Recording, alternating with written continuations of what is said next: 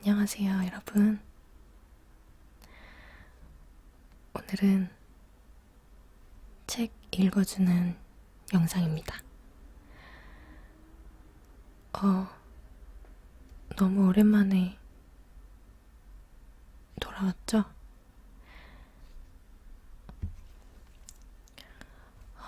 요즘 날씨가 너무 더워졌어요. 지금 방에 있는데 땀이 막 나는데 소음 날까봐 문을 다 닫아놨거든요. 지금 땀이 나고 있지만 그래도 책은 마저 읽어야 되니까. 방에 에어컨도 없거든요.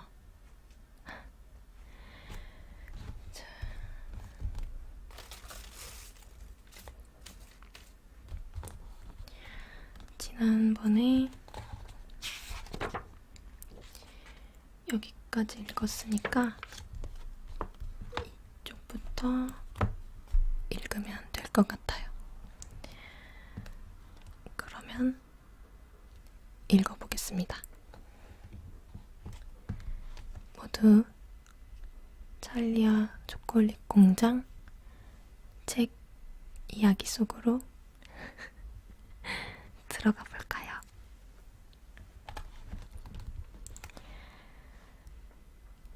(22) 중앙 통로를 따라.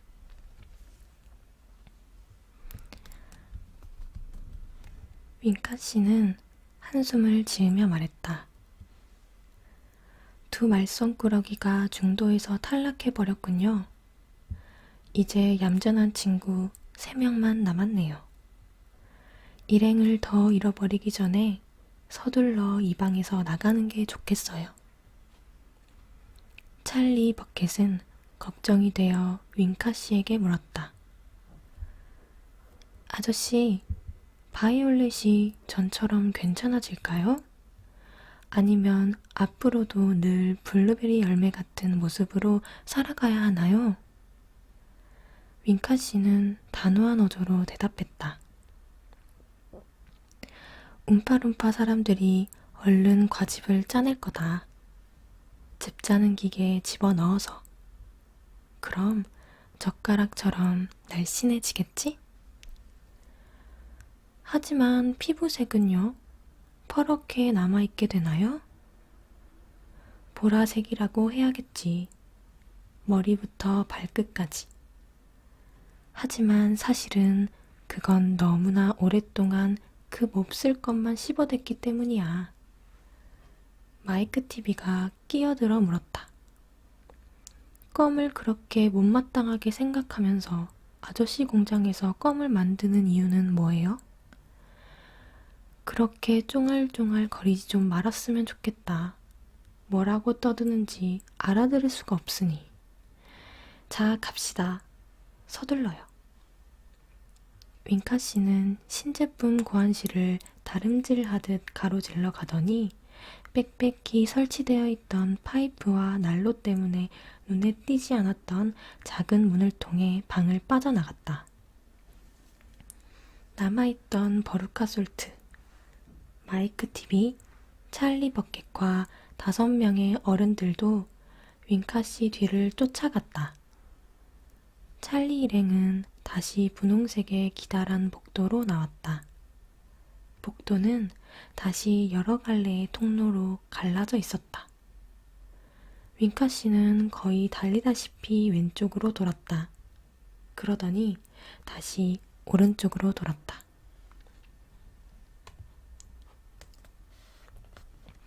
또 한 번 오른쪽으로 방향을 틀더니 그 다음엔 왼쪽으로 꺾어졌다. 조할아버지는 걱정이 되는지 찰리에게 단단히 일렀다. 이 하레비 손을 꼭 잡아라, 찰리. 여기서 길을 잃으면 이만저만 낭패가 아니겠어. 윙카 씨는 일행을 재촉했다.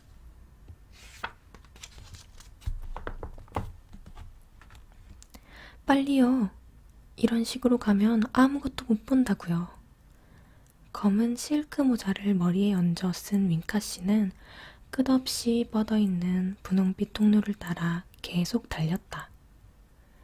자줏빛 연미복 꼬리가 바람에 나부끼는 깃발처럼 펄럭였다. 일행은 벽에 난 문을 하나 지나쳤다. 그러나 윙카 씨는 거들떠보지도 않고 말했다. 들어가 볼 시간이 없어요. 계속 갑시다. 일행은 또 다른 문 앞을 지나쳤다. 얼마 있다 문이 또 나왔지만 역시 지나쳤다. 목도를 따라 20발자국마다 문이 하나씩 나 있었다. 어떤 방에서는 철컥철컥거리는 소리가 들리고 어떤 방에서는 열쇠 구멍을 통해 달콤한 냄새가 풍겨 나오기도 했다. 문 아래 틈새로 색깔 있는 수증기가 씩 빠져나오고 있는 방도 있었다. 윙카 씨와 보조를 맞추느라 조 할아버지와 찰리는 반은 달리고 반은 걸었다. 그 바쁜 중에도 찰리는 방방마다 써붙인 글자들을 읽을 수 있었다. 마시멜로 베개, 먹을 수 있음. 윙카 씨는 달려가며 설명을 해주었다. 마시멜로 베개는 놀라운 제품이죠. 가게에 내놓으면 날개 돋친 듯 팔려나갈 겁니다. 들어가 볼 시간은 없네요. 다음 문에는 이렇게 쓰여 있었다. 핥아먹는 벽지, 유아방용. 여기도 후다닥 지나치며 윙카 씨는 설명만 해주었다. 핥아먹는 벽지예요. 온갖 과일 그림이 그려져 있거든요. 바나나, 사과, 오렌지, 포도, 파인애플, 딸기, 킁킁 딸기. 의아해진 마이크 TV가 물었다. 킁킁 딸기라니요?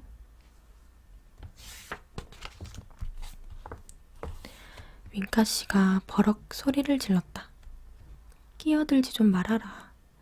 바나나 그림을 핥아먹으면 바나나 맛이 나고 딸기 그림을 핥으면 딸기 맛이 나요.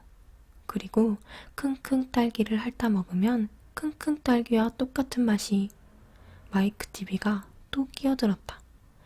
킁킁 딸기가 어떤 맛인데요? 윙카 씨는 귀찮다는 듯 대꾸했다. 또 우물우물. 다음부터는 좀 크게 말해. 자, 갑시다. 그 다음 방에는 이렇게 쓰여 있었다. 따끈한 아이스크림. 추운 날씨용. 윙카 씨는 뛰어가며 말했다. 겨울에 대단히 요긴한 제품이죠. 사방이 꽁꽁 얼어붙는 한겨울에도 이 따끈한 아이스크림만 먹으면 몸이 후끈해진답니다. 따끈한 음료수에 넣어 먹는 따끈한 얼음도 만들고 있지요. 따끈한 얼음은 따끈한 음료수를 더욱 따끈하게 해줍니다. 초코 우유를 짜는 젖소. 그 다음 방에는 이렇게 쓰여 있었다. 윙카 씨는 큰 소리로 말했다. 아, 사랑스러운 젖소들. 제가 무척 아끼는 놈들이지요. 버루카솔트가 물었다. 왜 이렇게 근사한 방을 그냥 지나쳐야 하죠? 윙카 씨는 버럭 소리를 질렀다. 참을성이 없구나. 때가 되면 다 보게 될 거야. 다음 방에는 또 이렇게 쓰여 있었다. 붕붕 주스. 윙카 씨는 또 흥분해서 큰 소리로 말했다. 이걸 마시면 뱃속에 공기방울이 차게 되는데 그 공기방울에는 독특한 가스가 들어있답니다. 그래서 이걸 마시면 여러분의 몸이 바닥에서 천장으로 붕 뜰 겁니다. 붕붕요. 꼬마 찰리가 물었다. 다시 바닥으로 내려오려면 어떻게 해야 하죠? 윙카 씨가 대답했다. 그야 당연히 트림을 해야지. 무례하다 싶을 정도로 요란하게.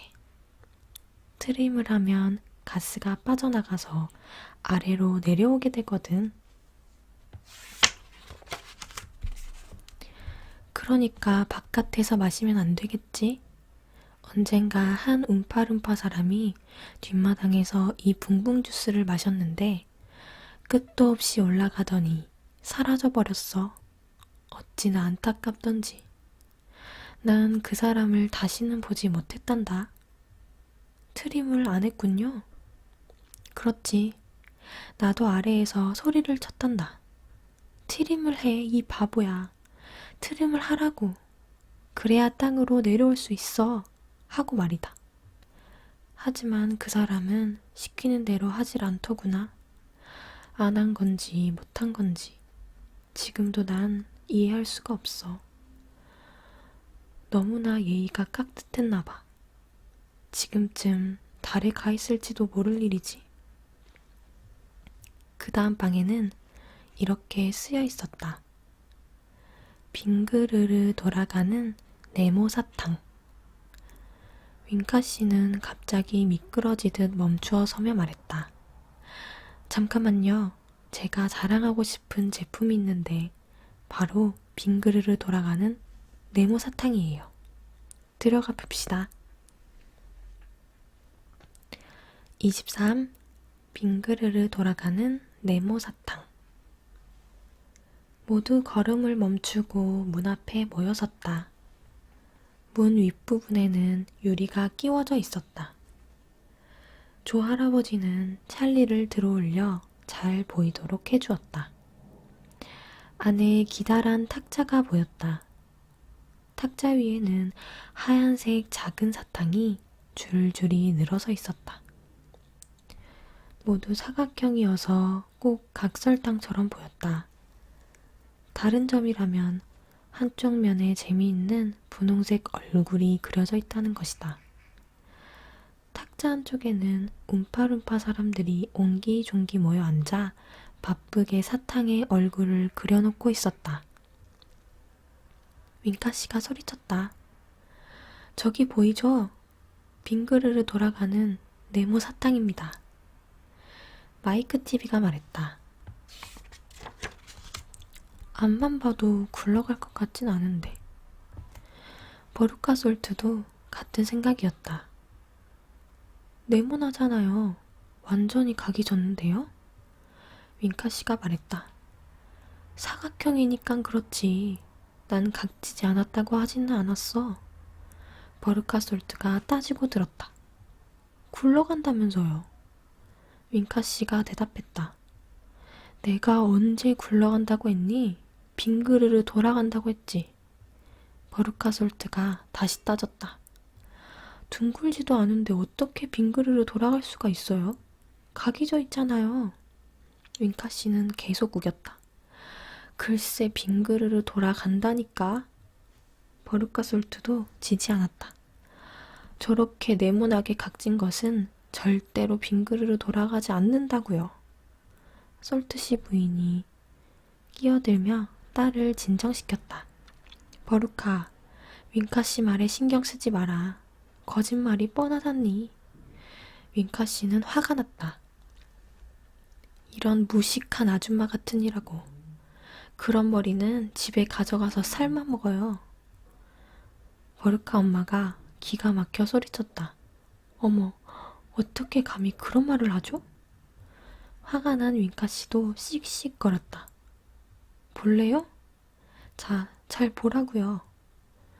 윙카씨는 주머니에서 열쇠를 꺼내 문을 활짝 열어젖혔다. 이게 웬일인가?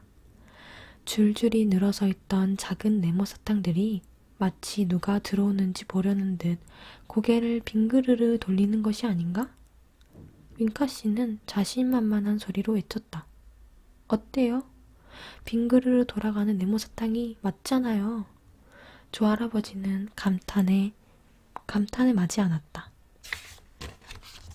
세상에, 저 사람 말이 사실이군. 윙카 씨는 다시 복도를 따라 걷기 시작하며 일행을 재촉했다. 자, 어서요. 갑시다. 꾸물거릴 시간이 없어요. 그 다음 방문엔 이렇게 쓰여 있었다. 버터 스카치와 버터 진. 버루카의 아빠가 말했다. 거 이름만 들어도 구미가 당기는군요. 윙카 씨가 대답했다. 굉장하죠? 움파룸파 사람들이 사족을 못 쓸 정도로 좋아한답니다. 기분 좋게 취하게 해주거든요. 들어보세요. 안에서 한바탕 잔치를 벌이는 소리가 들릴 겁니다. 아니나 다를까 요란한 웃음소리와 노랫소리가 밖에까지 똑똑히 들려왔다. 윙카 씨가 설명해 주었다. 다들 버터스카치와 소다를 마시고 곤드레 만드레 취했어요. 제일 좋아하는 거지요. 버터진과 토닉도 인기가 좋아요. 자, 다시 저를 따라오십시오. 이렇게 방마다 멈춰서면 정말 곤란합니다. 윙카 씨는 왼쪽으로 돌았다. 그러더니 오른쪽으로 꺾어졌다.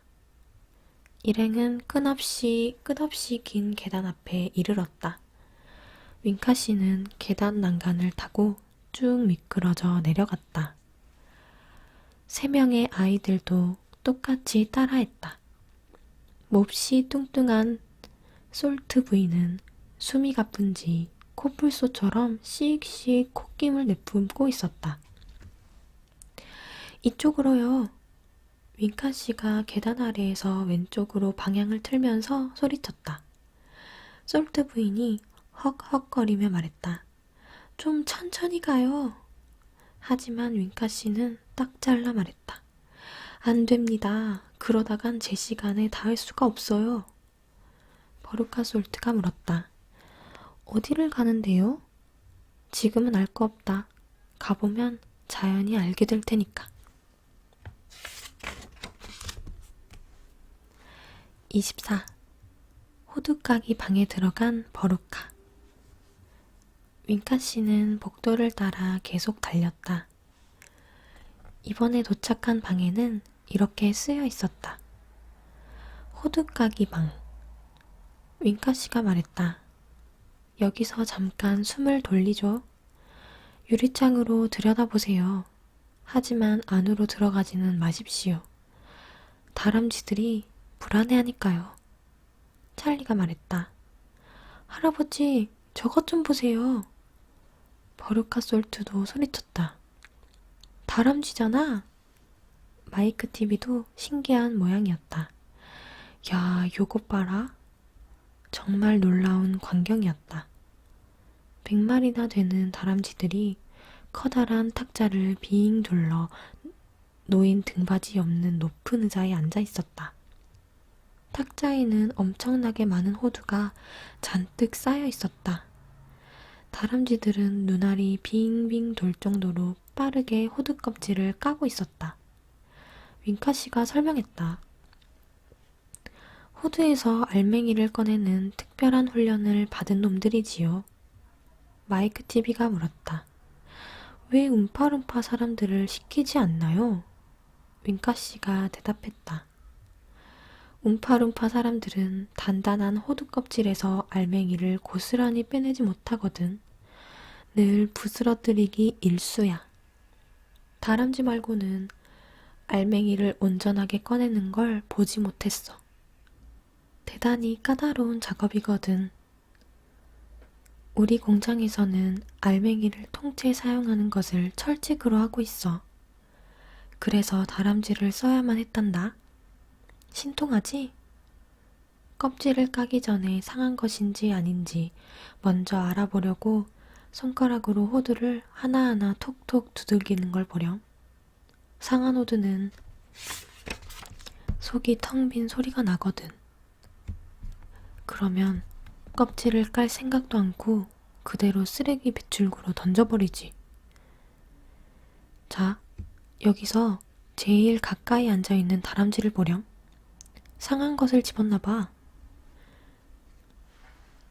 다람쥐 한 마리가 손가락 마디로 호두를 톡톡 두들겼다.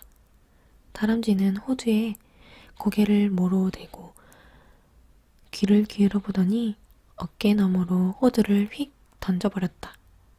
호두는 마루에 나 있는 커다란 구멍 속으로 사라졌다. 버루카솔트가 갑자기 큰 소리로 외쳤다. 엄마, 마음을 정했어요. 다람쥐를 가질래요. 저 다람쥐 한 마리만 잡아주세요. 얘 억지 부리면 안 돼. 윙카씨 다람쥐잖니. 버루카 엄마는 딸을 달랬다. 버루카는 막무가내였다.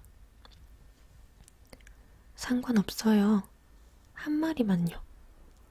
집에 있는 거라고는 개 2마리하고 고양이 4마리, 그리고 토끼 6마리에다가 잉코 2마리, 카나리아 3마리, 그리고 초록색 앵무새 1마리, 거북이 1마리, 그리고 금붕어 같은 어항과 하얀 쥐랑 바보 같은 늙은 햄스터뿐이잖아요. 난 다람쥐가 갖고 싶다고요. 버루카 엄마는 아이를 구슬렀다. 알았어, 알았다니까. 엄마가 될 수 있는 대로 빨리 다람쥐 한 마리 구해줄게. 버루카는 소리를 질렀다. 보통 다람쥐는 필요 없어요. 난 제대로 훈련받은 다람쥐가 갖고 싶다고요. 그러자 버루카의 아빠인 솔트 씨가 나섰다. 솔트 씨는 돈이 가득 든 지갑을 꺼내면서 도도한 태도로 제의했다. 좋습니다, 윙카 씨. 다람쥐 한 마리에 얼마면 되겠습니까? 부르시는 대로 드리지요. 윙카 씨가 대답했다. 다람쥐는 파는 물건이 아닙니다. 따님은 다람쥐를 가질 수 없어요. 버루카는 신경질적으로 소리쳤다. 아저씨가 뭔데 안 된다는 거예요? 그럼 내가 지금 한 마리 잡아올 거예요. 안 돼. 윙카 씨는 황급히 소리를 지며 말리려고 했지만 이미 엎질러진 물이었다. 버루카는 벌써 문을 쾅 열어젖히고 호두까기 방 안으로 뛰어들어가 버렸다. 버루카가 방 안으로 들어서는 순간 100마리 다람쥐들이 일제히 일을 멈추고 까만 구슬 같은 눈으로 버루카를 무섭게 노려보았다. 버루카 솔트도 딱 멈춰서서 다람쥐를 쳐다보았다. 버루카의 시선은 탁자 맨 가장자리, 그러니까 문 쪽에 가장 가까이 있는 조그맣고 귀여운 다람쥐에게 쏠렸다. 다람쥐는 앞발에 호두알을 들고 있었다. 버루카가 말했다. 좋아, 널 가지겠어. 버루카가 다람쥐를 잡으려고 팔을 뻗는 순간, 손이 앞으로 나가는 바로 그 순간 번개가 치듯 재빠른 움직임이 있었다. 갈색의 번개라고나 할까? 탁자에 둘러앉았던 다람쥐들이 한꺼번에 뛰어오르더니 버루카에게 달려든 것이다. 25마리의 다람쥐가 버루카의 오른팔을 잡아 바닥에 고정시켰다. 다른 25마리는 왼팔을 잡아 꼼짝 못하게 눌렀다. 나머지 다람쥐들은 25마리가 오른쪽 다리를 붙들고 늘어졌다. 24마리가 왼쪽 다리를 잡았다. 마지막 남은 다람쥐 1마리. 아마도 대장인 듯한 다람쥐가 버루카의 어깨로 올라가더니 손가락 마디로 가엾은 버루카의 머리를 톡톡톡 두들겼다. 버루카 엄마가 비명을 질렀다. 우리 아이를 구해줘요. 버루카, 돌아와. 저것들이 우리 아이한테 무슨 짓을 하는 거죠? 윙카 씨가 대답했다. 상한 호두인지 아닌지 알아보는 중인가 봅니다. 잘 보세요. 버루카는 온 힘을 다해 버둥거려 보았다. 하지만 다람쥐들이 얼마나 단단히 붙잡고 있었던지 꼼짝도 할 수가 없었다. 대장 다람쥐가 이번엔 버루카의 옆머리를 톡톡톡 두들겼다. 그러더니 다람쥐들이 느닷없이 버루카를 번쩍 들어올리고는 방을 가로질러 걸어갔다. 윙카 씨가 말했다. 오, 상한 것이라고 결론을 내렸나 보군요. 머릿속에서 텅 빈 소리가 났던 게 틀림없어요. 버루카는 온몸을 비틀며 비명을 질렀지만 아무 소용이 없었다. 다람쥐들이 자그마하기는 해도 힘은 대단한 모양이었다. 버루카가 빠져나올 방법은 전혀 없었다. 버루카 엄마가 날카롭게 소리쳤다. 도대체 우리 딸을 어디로 데려가는 거죠? 윙카 씨가 대답했다. 상한 호두를 버리는 곳이겠죠. 유리창으로 딸아이를 지켜보던 버루카 아빠도 안타깝게 한마디 했다. 세상에 쓰레기 배출구로 굴러 떨어질 판이잖아. 버루카 엄마가 화를 냈다. 그러니까 가서 아이를 구해내라고요. 윙카 씨가 말했다. 늦은 것 같군요. 벌써 사라졌습니다. 윙카 씨 말은 사실이었다. 버루카 엄마는 갑자기 팔을 내디르며 소리쳤다. 상한 호두알은 어떻게 되는데요? 배출구는 어디로 통해 있죠? 윙카 씨가 솔트 부인에게 설명했다. 배출구는 아래에 있는 거대한 쓰레기 파이프와 연결되어 있지요. 마루, 쓸고 나온 쓰레기, 감자 껍질, 썩은 양배추, 생선 대가리 같은 것들을 실어 나르는 파이프 말입니다. 마이크 TV가 궁금해져서 물었다. 누가 여기서 생선이나 양배추, 감자 같은 걸 먹죠? 윙카 씨가 대답했다. 물론 내가 먹지. 넌 나까지 카카오 열매를 먹고 산다는 생각하니? 버루카의 엄마는 더듬거리기까지 했다. 그러니까 그 커다란 쓰레기 파이프가 결국 어디로 가는 거냐고요? 윙카 씨는 태연한 목소리로 대답했다. 그야 물론 소각로로 가죠. 쓰레기 태우는데 말입니다. 솔트 부인은 가뜩이나 큰 입을 시뻘건 입천장이 들여다보일 정도로 크게 벌리며 비명을 지르기 시작했다. 윙카 씨가 대답했다. 걱정하지 마세요. 누가 압니까? 오늘은 불을 지피지 않을지도 모르잖아요. 솔트 씨 부인은 기가 막혔다. 불을 지피지 않을지도 모른다고요? 맙소사. 우리 애가 소세지처럼 지글지글 타버릴 거라니. 솔트 씨도 끼어들었다. 윙카 씨, 제 생각에도 이번 경우는 너무 심합니다. 전 정말 그렇게 생각합니다. 우리 딸아이가 버르장머리 없는 건 저도 압니다만 그렇다고 우리 딸을 당신 마음대로 소세지처럼 구워도 된다는 뜻은 아니지 않습니까? 전 지금 굉장히 화가 나 있어요. 그 점을 분명히 알아두십시오. 윙카 씨가 말했다. 솔트 씨, 진정하세요. 화내지 마시고요. 따님은 곧 다시 나타날 겁니다. 저는 그렇게 기대하고 있습니다. 아직 거기까지 가지 않았을지도 모릅니다. 혹시 배출구 입구에 끼어 있다면 직접 꺼내 오실 수도 있을 거예요. 이 말을 들은 솔트 씨 부부는 호두까기 방으로 쏜살같이 들어가서는 마루에 난 구멍 속을 들여다보았다. 솔트 부인이 소리쳤다. 버루카, 너 거기 있니? 대답이 없었다. 솔트 부인은 좀 더 가까이 들여다보려고 몸을 더 숙였다. 고개는 구멍으로 집어넣고 펑퍼짐한 엉덩이는 하늘로 향한 모습은 영락없이 거대한 버섯 그대로였다. 그건 위험하기 짝이 없는 자세였다. 그저 살짝만 건드려도 가볍게 툭 건드리기만 해도 다람쥐들이 한 짓이 바로 그거였다.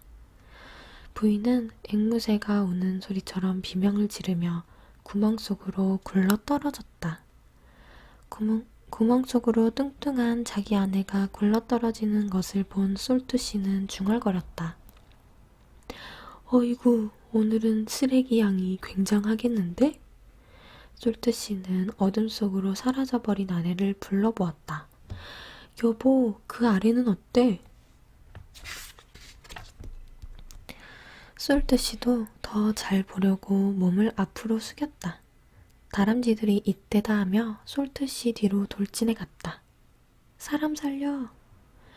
솔트 씨가 비명을 질렀다. 하지만 이미 솔트 씨는 눈 깜짝할 사이에 먼저 간 딸과 아내를 따라 쓰레기 배출구 속으로 굴러 떨어져 버렸다. 일행과 함께 이 광경을 지켜보는 찰리는 걱정이 되었다. 아저씨, 도대체 저 집 식구들은 어떻게 되는 거죠? 윙카 씨가 대답했다. 누군가가 쓰레기 배출구 밑에서 잡아주기를 바랄 수밖에. 찰리가 다시 물었다. 하지만 엄청나게 크다는 소각로는요? 하루 걸러 한 번 불을 지피는데 어쩌면 오늘은 불을 떼지 않을지도 몰라. 나도 자신은 없지만. 운이 좋으면.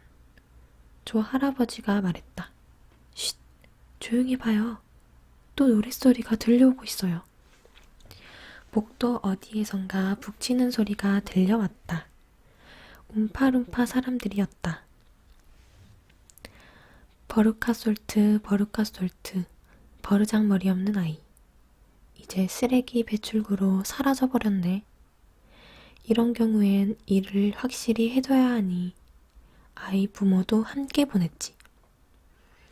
버루카가 내려간다. 쓰레기 배출구를 따라. 이쯤에서 얘기해줘야겠지. 가는 길에 여러 친구들을 만날 거야. 뒤에 남은 친구들처럼 단정하고 세련된 친구들은 아니겠지만 예를 들어볼까? 생선 대가리가 있겠군. 오늘 아침 잘라낸 넙치 대가리 말일세. 넙치야 안녕? 반갑다. 잘 부탁해. 조금 더 아래로 내려가면 또 다른 친구들이 기다릴 거야. 베이컨 껍질 썩은 돼지비계, 곰팡이 핀 딱딱한 빵 덩어리, 고무같이 딱딱한 스테이크, 굴찌개 먹고 남은 찌꺼기, 너무나 오래돼 회색으로 변해버린 소시지, 1500m 떨어진 데서도 악취가 풍기지, 상한 호두 끔찍하게 썩은 배, 계단에 있던 고양이 똥, 그 밖에도 여러 가지가 있지. 고약한 냄새를 풍기는 친구들로만. 모두 버루카가 만날 새 친구들이야. 그렇게 제멋대로 구니까 그런 대가를 치르는 거지.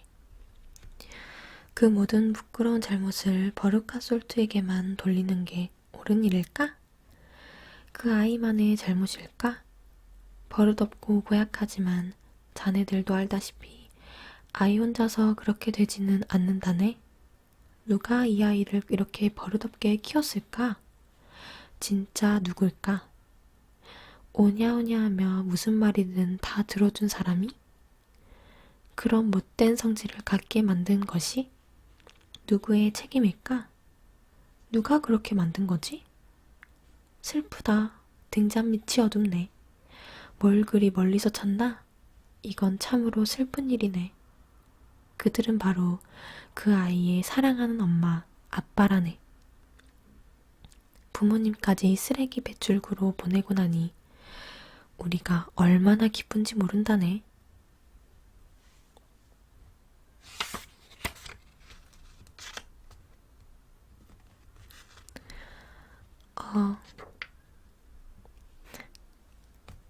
오늘은 여기까지 읽도록 하겠습니다. 오늘 제가 목이 좀 아픈 것 같아서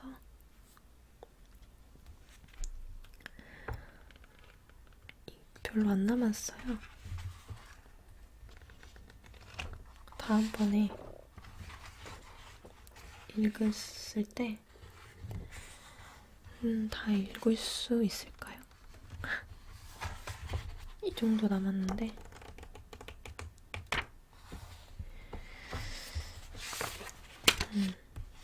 다음번에 여기서부터 읽으면 되겠습니다.